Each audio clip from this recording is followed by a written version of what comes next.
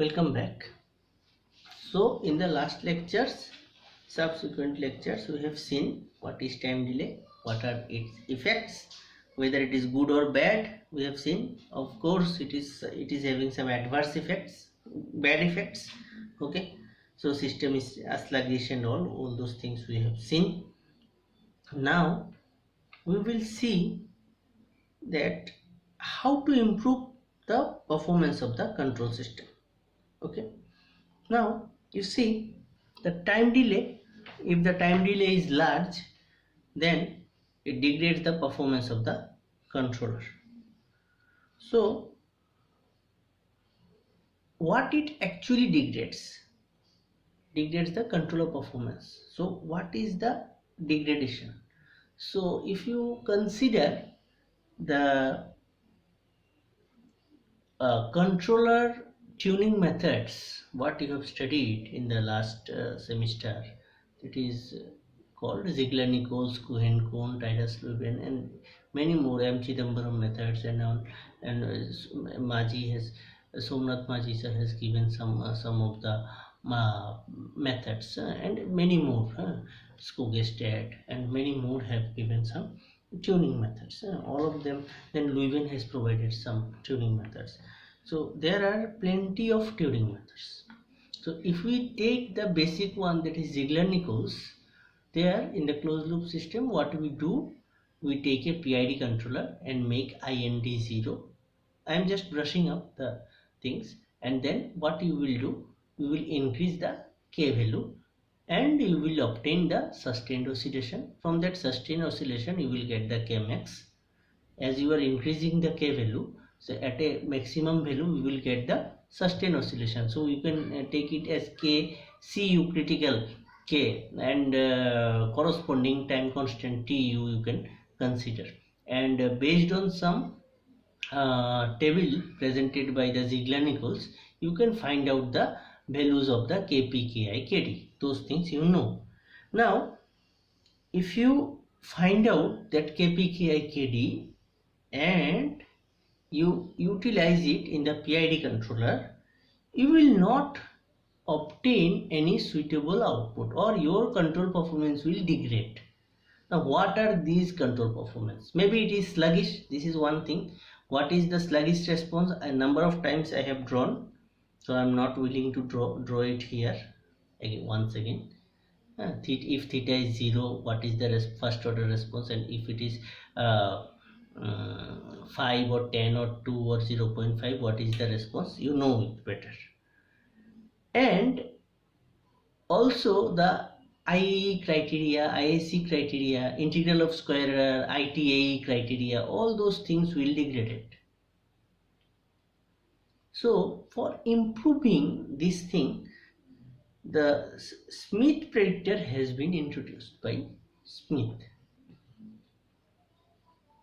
So what is that Smith predictor? It virtually removes the dead time, but not actually remove the dead time. The system is having its inherent characteristics, that is dead time. Now due to that dead time, there is a problem, that is called the system performance has been degraded.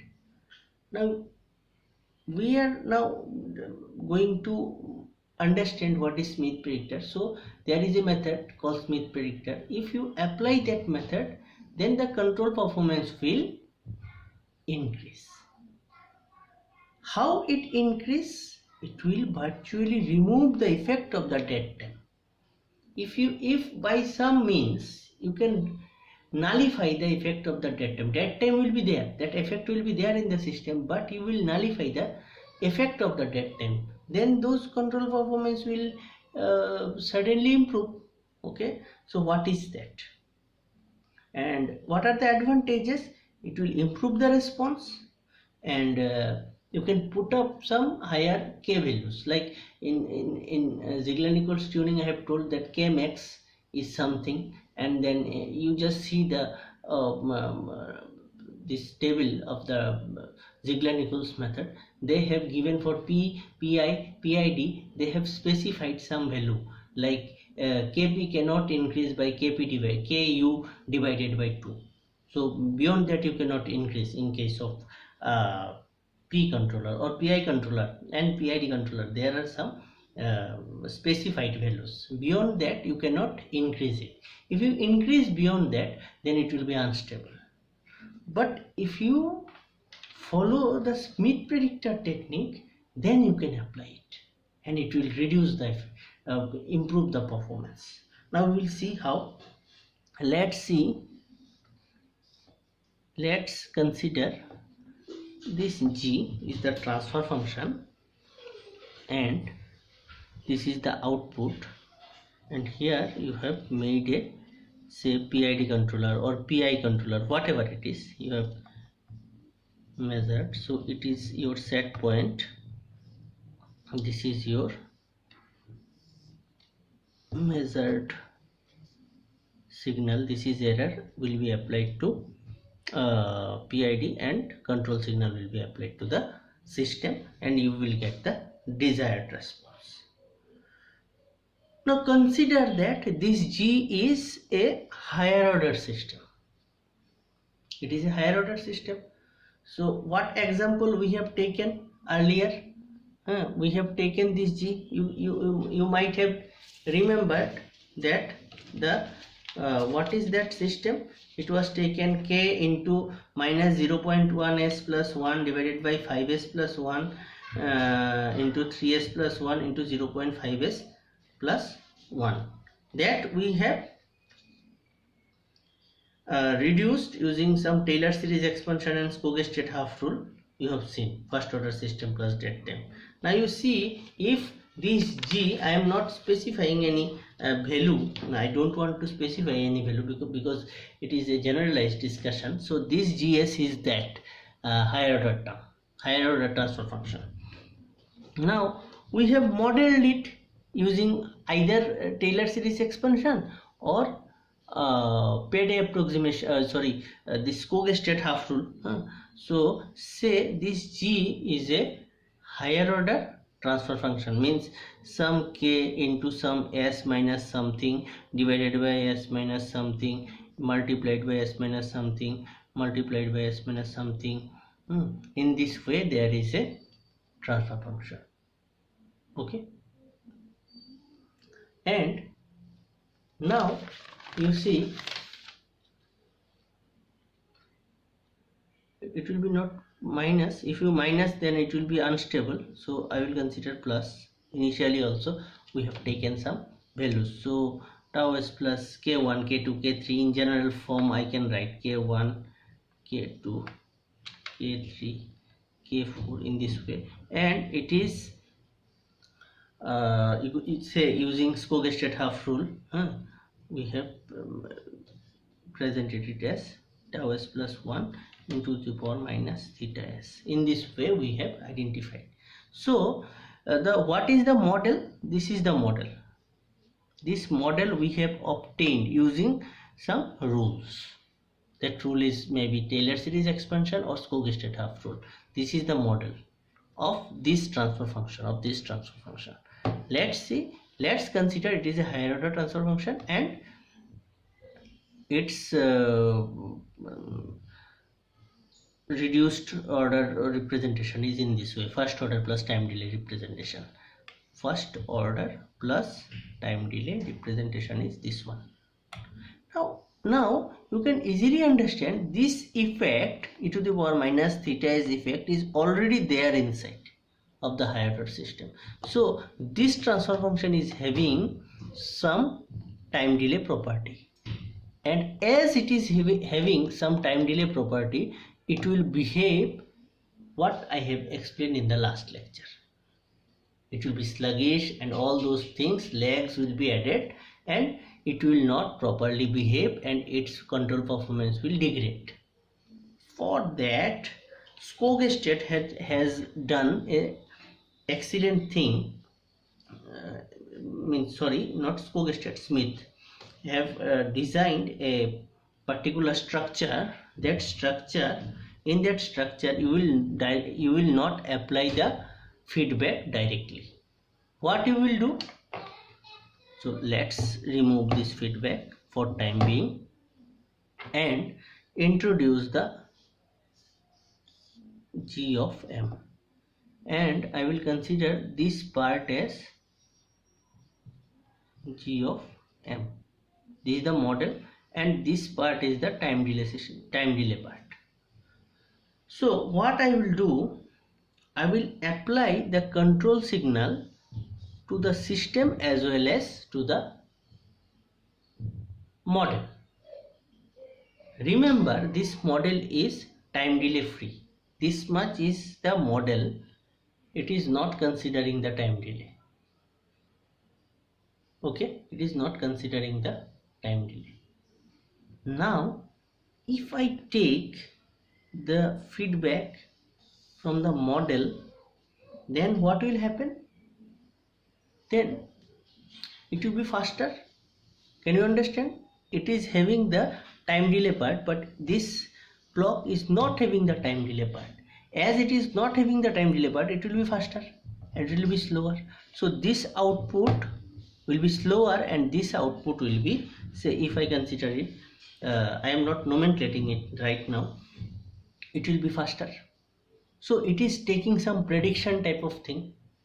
It is faster and it predicts the output. Slower means you will get the output after some time. That is called time delay. This is the inherent meaning of this. And as this time delay is absent here, so you will obtain this output earlier. As you are obtaining it earlier, so you can say it is a faster one. Faster. This model is faster. So the fast you are applying the response so that this PID controller can take action early and give the output properly. But now the problem is that, so you can say this is a feedback without the dead time, and if you take the output from here, then it is the feedback with dead time, and of course it is feedback without dead time, and from the model you are taking the feedback. Remember this. Now you see, if there is a model mismatch, if this model is not accurate due to any reason, I am not telling that every time using the Skoge state rule you have to model it. You may model it using many methods, as I have told. There are neural network methods also, but we will not discuss that part here because it comes under artificial intelligence. So just I am telling you how to model the system. This is not only the option, there are lots of options. You may fuzzify the system, you can get the fuzzy model also. In this way it has been improved. So I will not discuss that, I will discuss in simplicity. So it has been modeled using some technique, using any technique you have modeled it, and there is a model mismatch. If there is a model mismatch, then this output will not be this output. Due to the model mismatch, this tau is not proper, then it will not give it cannot predict the output. Or you can consider that there is a effect of disturbance. There is a effect of disturbance. So if there is a effect of disturbance, then also this mismatch may take place due to the disturbance. So this output is the effect of U as well as D, but this D is not affecting the model, so this model output will not match with this. So these differences may occur due to this disturbance or the model mismatch while obtaining the transfer function, the methodology, due to the methodology. Okay, so what to do? So now we have decided that we will introduce the e to the power minus theta s term also. This term also we will introduce here. Now this output and this output are same, we can say, is not it? Because it is also having delay, it is also having delay. Now I have taken the feedback from here. Let's see. Again, for time being, I will remove this feedback. I am just telling you how it has been improved. Now I can consider this is Y actual output. I can mention it as YA, and this is YM model output. So these two outputs. Now I will compare these two outputs. If I minus this ym from y, then I will probably get the error. What is the error present in ya and ym? This error may be due to the application of this disturbance as well as some model mismatch. Let's say there is no model mismatch and there is no disturbance applied. Then both of the outputs are similar. There is no more model mismatch means exactly we are representing the system. In that case, this error will be 0. There is no effect. So what next we will do, we will take these two feedbacks. There will be two feedback in Smith Predictor.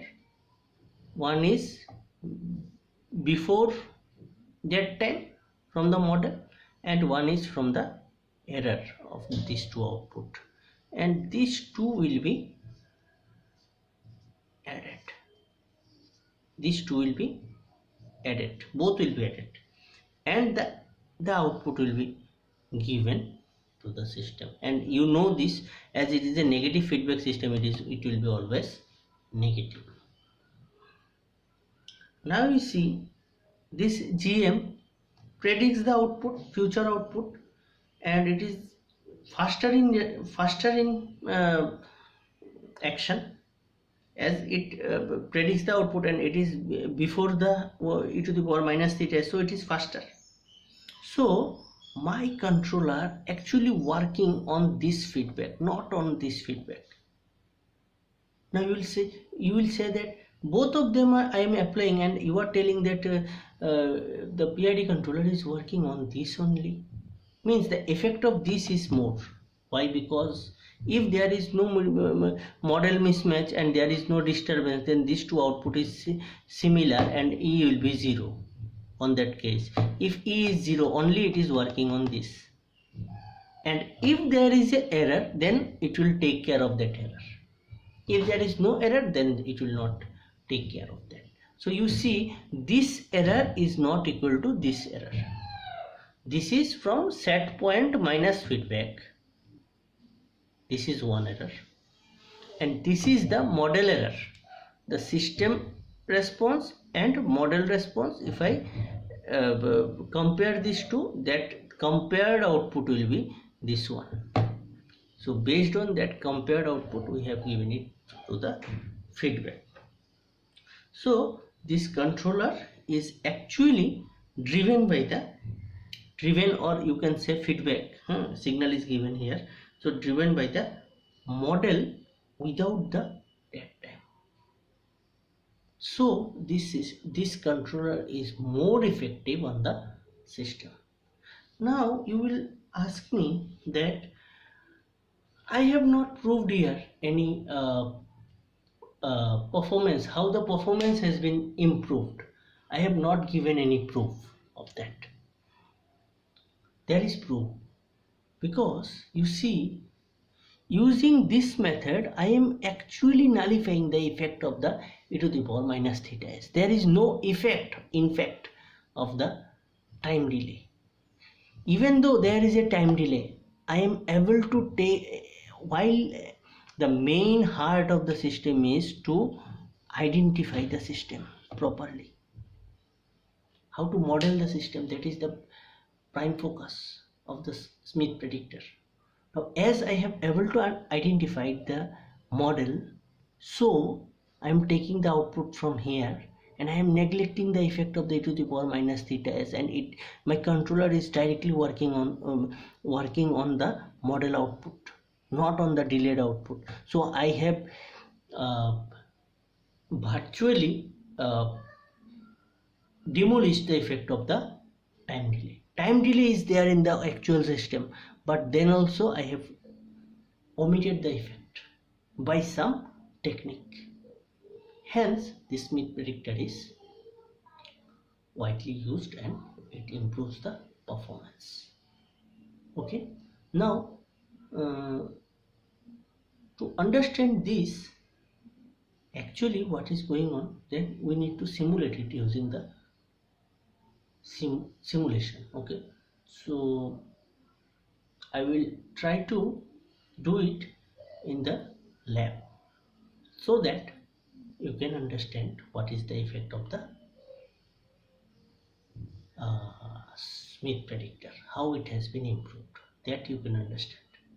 Okay, without lab I cannot explain it, because I need to take some numerical values and I have to plot it in the simulation. Then only you can see that how this IAC criteria, IAE criteria, ITAE criteria has been improved. Okay, thank you.